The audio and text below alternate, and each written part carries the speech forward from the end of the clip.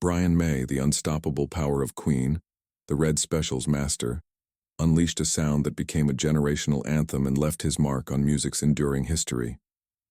A visionary whose talent shines from the vast rock arenas to the infinite mysteries of the universe. He is not just a guitarist, but also a knight of art and science. His music comforted innumerable broken hearts. His brilliance roared through stadiums, and his very presence became a living testament to greatness and tenacity. The ultimate anguish of Freddie Mercury's death, the heartache of a broken marriage, and the hopelessness when sickness surrounded and tormented him, are examples of the darkness that even legends carry, and fans were completely taken aback by a significant turning point at the age of 78. Just when everyone thought the storm had passed, and that peace had finally returned to him. You will be devastated by what happened to Brian May. To show your respect for this turbulent life, hit the like button before we start. Greatness frequently lurks in the most obscure places. There was more silence against the walls of a modest Hampton Hill, Middlesex home than any cheer he would ever receive. Brian Harold May was born on July 19, 1947, into a world that provided stability but not grandeur, love but not plenty. There was no chorus of laughter to fill the air, no siblings to share the days with. Being an only child, he was surrounded by a cruel loneliness that sharpened his inner world, while also leaving deep scars. His companions were not his siblings, but rather the gloom of loneliness, the tumultuous hum of his imagination, and the constant presence of his mother Ruth, who kept the peaceful home together, and his father Harold, an engineer. Although the family did not live in poverty, their lifestyle was simple and devoid of extravagance. There was no way for Brian to just buy an electric guitar from a store when he had this dream. Rather, his father stood steadfastly beside him, and they constructed it together using their own hands. Father and son created the fabled Red Special out of wires taken from abandoned machines, scraps of wood, and the frame of an old fireplace. That instrument was more than just wood and metal. It was a defiance of limitations, a bond of love, and the first real voice of a boy who otherwise felt terribly voiceless. His genius only widened the gap at school. Teachers praised him for his exceptional performance in physics and mathematics, but each victory seemed to distance him from his peers. In the playground, Brian stood out from the others because he was too introspective and confined to his own world of ideas. He was ruthlessly followed by silence until music provided him with a language strong enough to break it. With that eerie blend of loneliness and resolve that had already characterized his early years, he formed his first band, appropriately named 1984, at the age of 17 in the middle of the 1960s. Decades later, he would acknowledge that the Red Special was the voice of my soul built with my father. The core of Brian May's beginning is contained in those words. It is not a story of consolation, but rather of silent struggles, heartbreaking self-control, and inventiveness strong enough to transform silence into sound. The thunder that would eventually rock the world came from that humble house in the harsh silence. At the age of 19, his footsteps led him from Hampton Hill's quiet to Imperial College's imposing halls in 1966. He studied light, space, and the laws of the universe while bearing the burden of physics textbooks and the tunes of the Red Special he had created with his father. But his hands always went back to the guitar, the one instrument that had made years of silence into sound. When the lectures were over, he never saw science and music as rivals. They flowed hand in hand, each providing him with strength while he pondered which course would ultimately determine his future. Brian pursued astrophysics research after earning his physics degree in 1968 at the age of 21. But the call of music continued to grow. The demands of London life forced him to teach, take on odd jobs, and devote what little he had to his passion in order to make ends meet. It was a delicate balancing act that tried his endurance and resolve, but it preserved his dream. During these years, fate showed its hand. He formed the band Smile with fellow student Roger Taylor, channeling the restless energy of youth into performances that rocked small clubs all over the city. The band performed with passion, but there was a lack of something, as though destiny itself was suppressing the last spark. When Brian, then 23 years old, met Freddie Mercury in 1970, that spark was ignited. The group was instantly changed by Freddie's audacity, vision, and voice. It felt to Brian like a piece of his own soul had appeared on stage out of nowhere. John Deacon completed the circle in 1971 at the age of 24, with his subdued bass mastery. Four men, despite their differences, were united and ready to build something much bigger than themselves. They were now queens, not merely students and idealists. The promise of glory accompanied their birth, but there was also a shadow that none of them had yet come to comprehend. In retrospect, it appears that every adversity had equipped Brian for this pivotal moment. His resilience had been strengthened by the discipline of science, the quiet of being an only child, and the long nights of eking out a living in London. What seemed to be random meetings turned out to be fate's final steps, bringing together four souls to alter the course of history. This was the real beginning, the ascent of Queen, and the first tremors of storms to come, according to Brian May, the young physicist who lived equally in galaxies and guitars.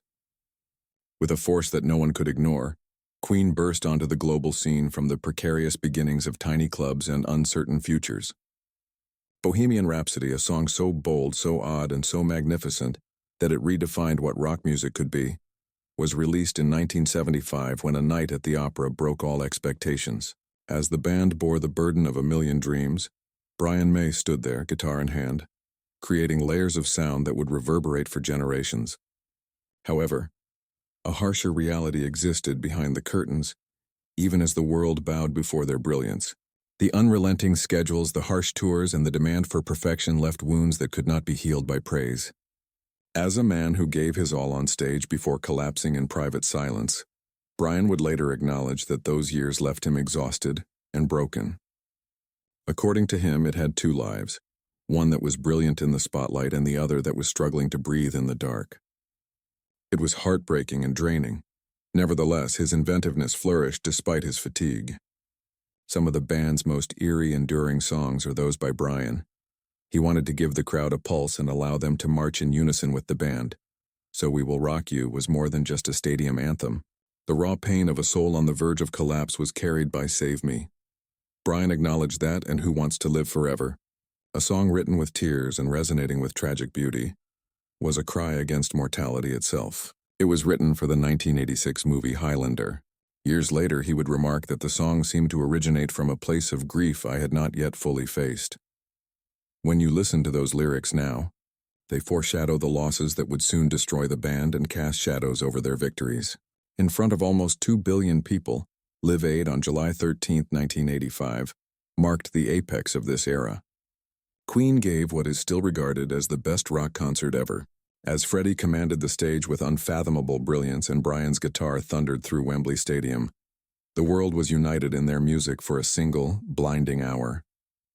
Later, Brian would describe the experience as beyond anything we had ever felt, but he also acknowledged a persistent worry.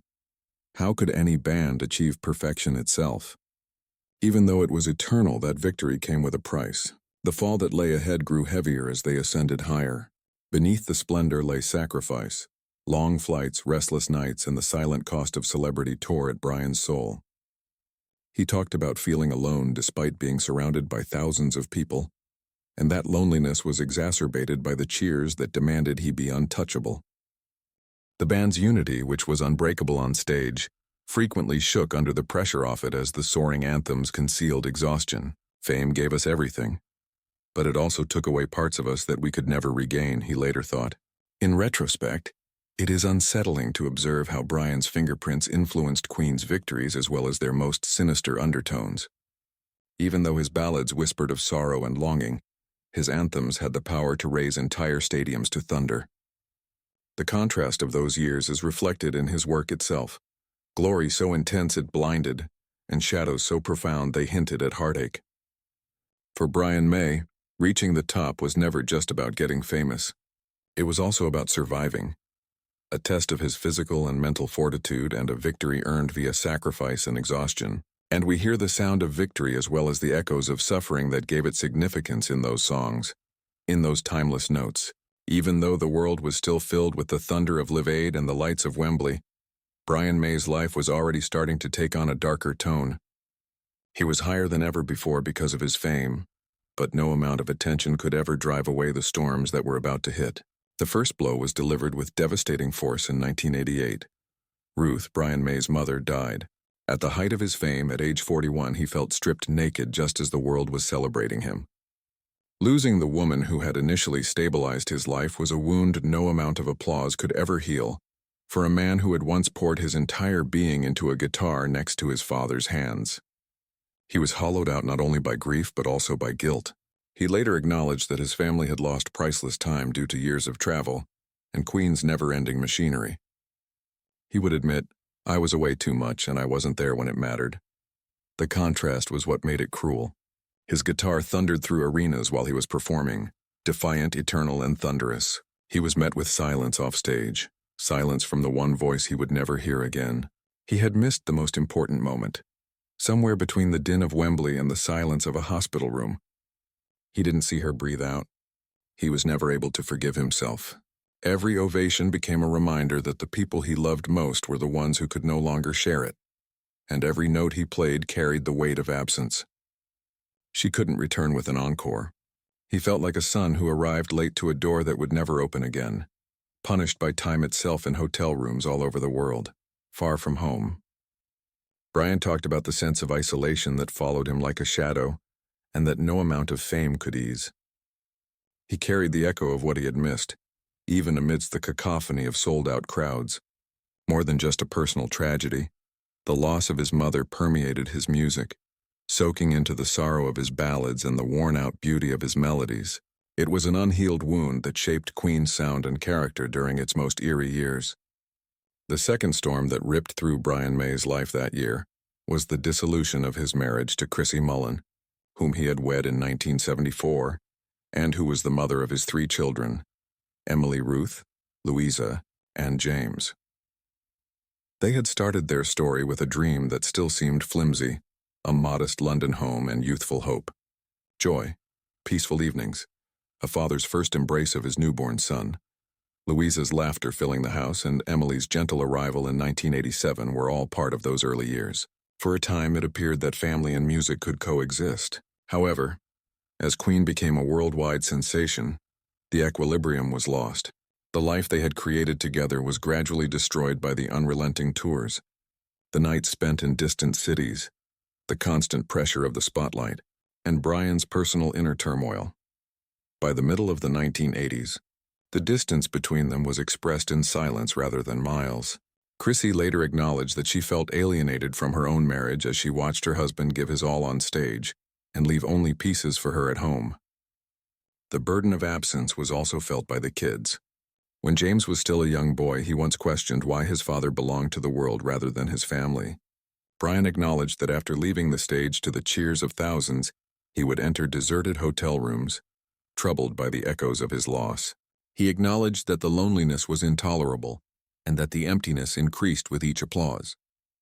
Devastation piled upon devastation was the divorce in 1988, which occurred the same year his mother passed away. Brian was left to go back to the rooms that had once been filled with laughter, but were now filled with silence as Chrissy took the kids with her. He was revered, honored, and untouchable in the eyes of the outside world. On the inside, he was a father who had been split in two, a man burdened by the shame of missing milestones and bedtimes that he would never be able to regain. No encore could bring them back, and no song could make up that gap. His home life was in ruins at the height of his glory. Although Queen's music continued to rock the globe by the late 1980s, the reality was much more sinister. Once the fiery focal point of every stage, Freddie Mercury was waning under the harsh burden of an AIDS-related disease. Freddie faced the disease with an almost superhuman level of defiance, despite the fact that it brought with it not only physical pain, but also the heavy shadow of stigma. The man who had electrified stadiums with unparalleled vitality grew weaker and thinner, but he still walked on stage with fire in his eyes, and Brian May watched helplessly. Offstage, the price was brutal, but onstage, Freddie was still amazing, his voice soaring, his presence commanding. It was pain for Brian, a front-row seat to the brother he had created his world around slowly falling apart. It was a devastating contrast. They had conquered the world together just 6 years prior at Live Aid in 1985.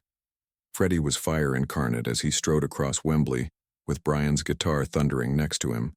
Two forces combining to create a single sound, watching Freddie struggle just to stay upright while remembering that glory was like watching the sun go down into the night. Later on, Brian would acknowledge that those were some of the most difficult years of his life. It created an unfillable void. The band surrounded Freddie with love and devotion as his illness worsened, preserving each delicate moment. Even though the recording sessions became shorter and the hours were meticulously planned around his diminishing strength, the resulting music had a rawness that was nearly unbearable. Brian recalled the day Freddie insisted on recording "The Show Must Go On," despite being weak and pale. His eyes blazed with defiance despite his frail body.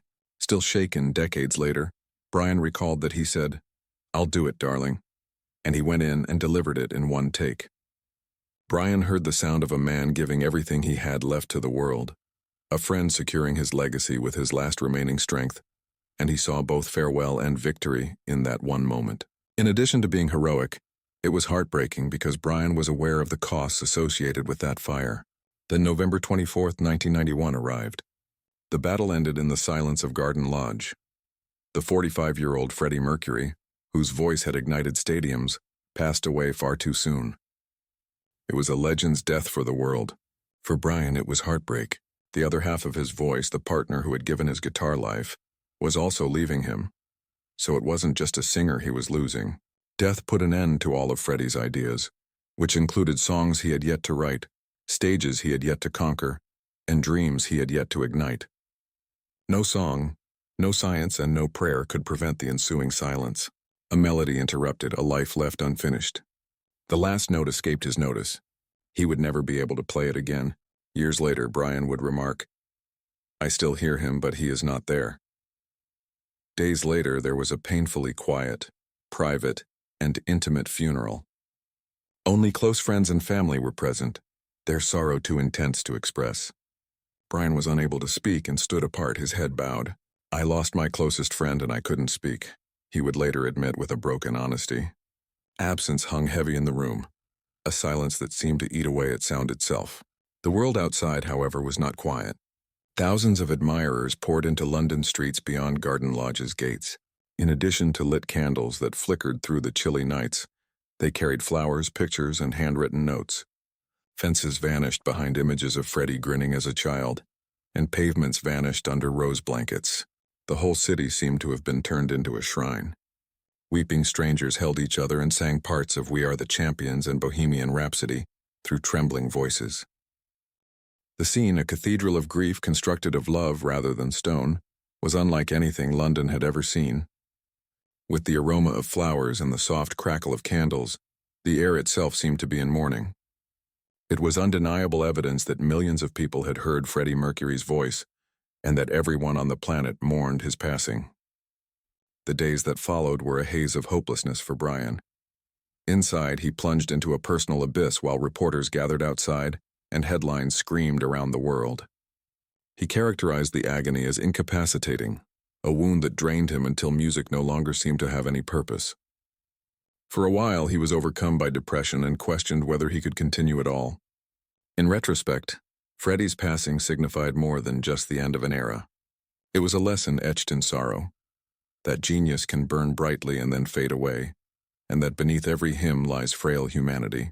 Every note Brian May would ever play was altered by this loss, which he saw as the cruelest storm of all. It served as a reminder to the millions who remained that although legends pass away, love and music never die. Even death cannot stop the echo of Freddie Mercury's voice, which still reverberates in Brian's guitar. The silence that engulfed Queen after Freddie Mercury's death in November 1991 also engulfed Brian May. In the months and years that followed, he plunged into a gloom so dense that not even the man who had studied the stars could see any light. He characterized the agony as incapacitating, an emptiness that drained him until life itself became intolerable. His guitar, which had once been alive with Freddie's fire, seemed to fall silent in his hands, and the applause that had once lifted him now sounded hollow. He acknowledged that there were times when he wondered if he could continue at all as depression tightened its hold and further isolated him, saying, "I thought about ending it. I no longer wanted to be here." This was the unseen battle that almost destroyed a man who was hailed as one of the greatest guitarists in history. The wounds of grief remained, etched into Brian's body as much as his soul, even though music gradually restored its lifeline over the years. By 2013, a new storm had emerged, one that slammed into the very center of his life. Concerns regarding potential prostate cancer were voiced by doctors, At age 66, Brian had to deal with the crippling worry that his own time was running out. As though the past had come back to haunt him, the harsh and relentless memories of Freddie's illness suddenly came flooding back. He acknowledged that the days were filled with anxiety, restless nights, endless hospital hallways, and waiting for test results that would change the course of his life. The actual procedure was excruciating. Invasive tests, biopsies, and scans were all performed on him, each serving as a reminder of his vulnerability. Later on, he acknowledged that his fear was not only of dying but also of leaving everything unfinished, including his children, wife Anita, and music. It was intolerable to consider having to say goodbye too soon.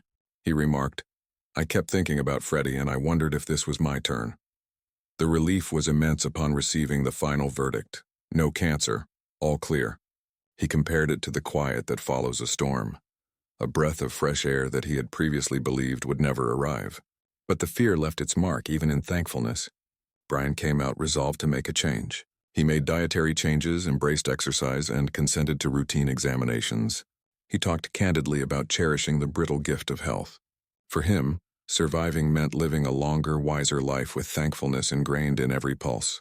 Then in 2020, a pandemic struck the world and Brian's body failed him again. A straightforward gardening afternoon turned into a disaster. His sciatica was so bad that he said it was like someone was sticking a knife in me, because he tore a muscle in his hip. He was in excruciating pain that prevented him from sleeping, sitting, or even breathing. He had to relearn how to walk after struggling for months to move, each step serving as a reminder that the body that had once controlled stadiums could be destroyed at any time. However, worse was yet to come. Brian had a heart attack in the same year. He collapsed as a result of the sudden crushing pain that shot through his arm and chest. He was rushed to the hospital, where medical professionals found that his arteries were dangerously blocked, leaving him on the verge of death. 3 stents were implanted in his heart during emergency surgery. Later on, he acknowledged that he had been on the verge of death. It was a devastating experience.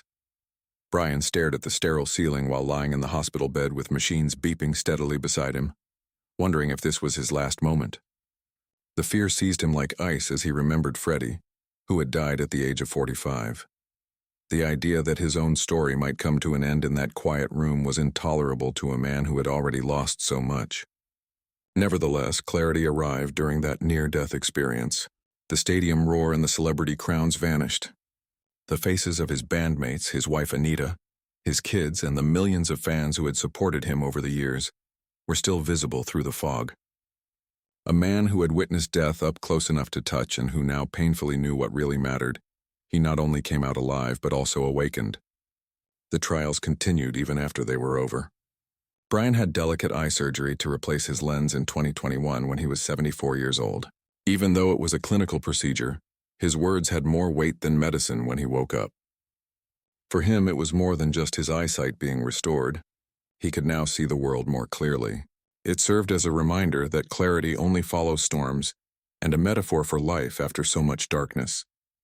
However, the lessons for the year were more severe. Brian tested positive for COVID-19 that December. Even though he recovered, he acknowledged that the fevers, weakness, and nights of gasping for air left him completely shaken. His body seemed to have turned traitorous. For a man in his 70s, the virus was more than just another illness.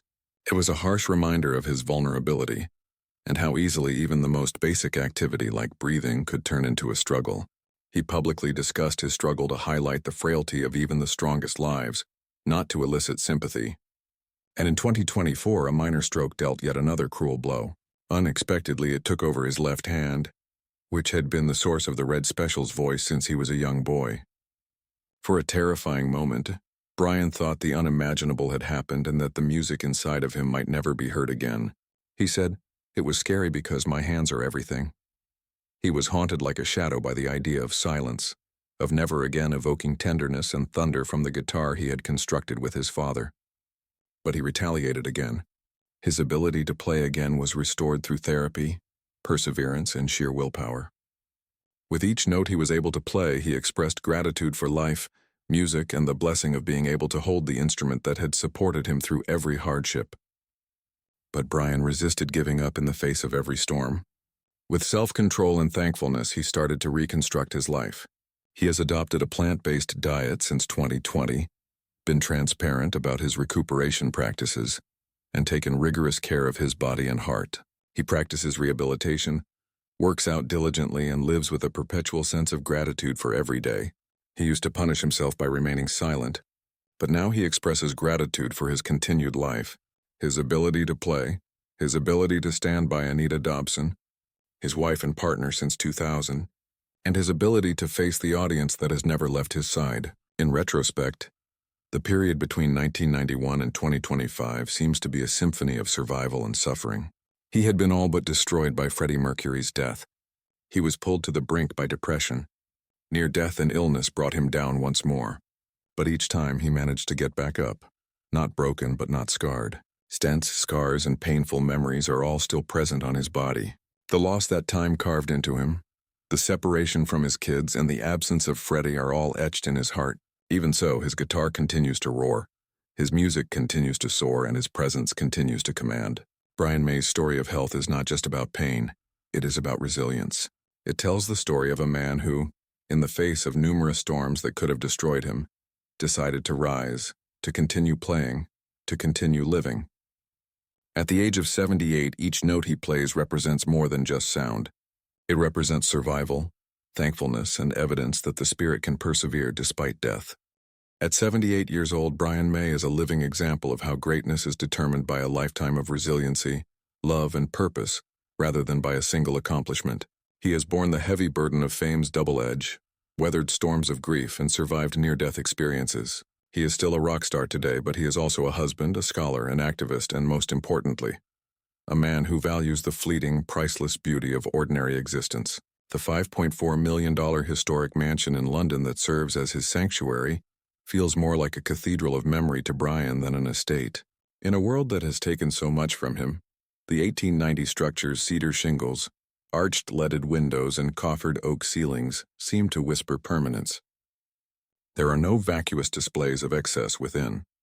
With grand halls where sunlight spills like forgiveness after years of shadows, a dining room anchored by a white oak table that has witnessed laughter, tears, and reconciliation, and a billiards room glowing with amber light beneath a marble fireplace where silence speaks louder than applause. Each room instead feels like a pause between storms. The house itself is a reflection of Brian.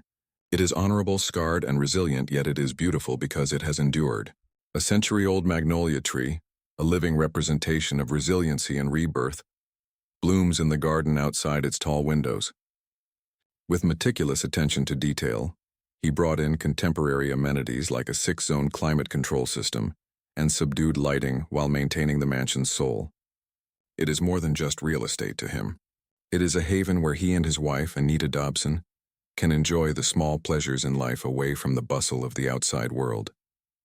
The house feels like home because of Anita's laughter that reverberates through the hallways and her support during the nights when she is ill. In keeping with Brian's lifelong commitment to defend the voiceless, they split their time between London and rural getaways where foxes, hedgehogs, and birds freely roam their garden, treated as friends rather than intruders. Brian May has never been one to show off his wealth, but his cars speak to his spirit and identity. The powerful Mercedes-AMG S-Class, a symphony of grace and power, rests in his garage. Its V8 engine roars like one of his stadium anthems before fading into quiet seclusion. His taste for depth over spectacle and meaning over noise is reflected in the modest and dignified Mercedes S-Class W221 that sits next to it. A Ferrari 458 Italia, flaming red and unrepentantly wild, followed by a streak of rebellion, serves as a reminder that the boy who once built a guitar with his father's hands and dared to set the world on fire still exists beneath the gray curls and scars of survival. Brian May's estimated net worth is $260 million as of 2025. It is the culmination of decades spent producing music that shaped generations, continent-spanning tours that packed arenas, and song royalties that will outlive all of us. However, his true wealth has never been money. The science that continues to call him to the stars, the animals whose lives he defends, the unwavering love that keeps him afloat, and the appreciation of his fans who continue to march to the beat of his songs are the sources of his wealth. Every sunrise at home with Anita, every chord from the Red Special that still rings, and every fox that wanders into his garden are priceless moments for a man who once worried he might not live to see old age. Actress Anita Dobson, Brian May's wife since 2000 and his steadfast friend through every storm, is at the center of his private life. When Brian's world felt lost in sickness and loss, Anita, once a familiar face to millions of viewers of EastEnders, became his fulcrum. Their love has only grown stronger despite being put to the test by the passing of time and the pressures of celebrity. She was present in 2020 when he overcame the excruciating pain of sciatica and survived a heart attack. In 2024, she was there once more when his left hand, which had provided the Red Special with its voice, was lost due to a minor stroke. Brian acknowledges that Anita's watchfulness and concern were what kept him from going overboard. Their relationship is more than just romance. It is a bond of devotion, tenacity, and survival that permeates every moment. Despite never having children together, their relationship has remained whole in and of itself. Two artists united not by parenthood but by love, devotion, and the silent power of standing next to each other. Survival has been transformed into life once more by Anita's laughter in the hallways, and her hand in his during restless nights. James, Louisa, and Emily Ruth, his 3 children from his marriage to Chrissy Mullen, have long since grown up and established their own lives, despite the fact that it ended decades ago. They mostly avoid the limelight and opt for more subdued roots, but their presence still gives Brian a silent sense of pride and solace. In his infrequent reflections, he has talked about the pain of missing out on their childhood, but also the immense gratitude he feels now to see them mature, self-sufficient, and establishing their own families and careers. As they grow older, they experience healing and a realization that, in spite of the years of regret and separation, love has persisted, and that despite hardship, bonds have not broken. Brian still balances activism, science, and music in his life. He continues to tour with Queen and Adam Lambert, bringing the timeless beauty of Bohemian Rhapsody and the thunder of We Will Rock You to new generations of fans. His guitar, the Red Special, which he made himself out of leftover parts with his father, continues to sing with the same defiance that it did 50 years ago. And in 2023, King Charles III knighted the Hampton Hill boy who had once questioned his own value, making him Sir Brian May for his music as well as his science, service, and unwavering compassion. His passion has always been science. Brian has been studying the universe ever since earning his PhD in astrophysics in 2007. In addition to mentoring students, co-authoring papers, and even contributing to NASA projects, his research on interplanetary dust is cited throughout the field. According to him, science and music are 2 languages of wonder, one heard in starlight and the other in chords. However, his dedication to the voiceless is arguably his most fervent commitment today. To protect Britain's wildlife, he established the Save Me Trust in 2010 and gave it the name of one of his Queen songs. Along with collaborators like Brian Blessed and Slash, he conducted research, advocated, and even turned protest into song as part of his personal crusade to stop the badger cull. The 2024 documentary Brian May, The Badgers, the Farmers, and Me documented years of hardship, faith, and affection for animals that most people would ignore. He once again demonstrated his devotion to the animals, not the organizations, when he resigned as vice president of the RSPCA in response to accusations of abuse. Even after spending decades in the spotlight, Brian's real pleasures are quiet. He takes care of his garden and magnolia tree, roasts chestnuts in the kitchen, and posts pictures of hedgehogs and foxes to his fan base on the internet. These glimpses show a man who has learned to appreciate the everyday miracles of waking up, holding a guitar, and witnessing life go on around him, rather than a rock star seeking praise. Today's Brian May is a picture of triumph tinged with scars, not just survival. The reminders of heart attacks, strokes, and struggles with pain are still visible on his body. His mother, Freddie, and years lost to distance are still missing from his heart. But his soul is still bright. Music fills his home, love fills his marriage, and purpose fills his life. When he calls, the Red Special still picks up, and he does the same. His genuine wealth is found in his thankfulness, fortitude, love, and the innumerable human and animal lives he has impacted. Brian May is more than just Queen's guitarist. He is a husband, a scholar, a dreamer, a knight of science and art, and a warrior for compassion. At the age of 78, he now lives in the brittle, brilliant light of a legacy that is still being formed rather than in the shadow of the storms he has faced. As a tribute to a man who has brought thunder and tenderness to the world, please hit like, comment, and subscribe if this life of struggles and victories inspires you.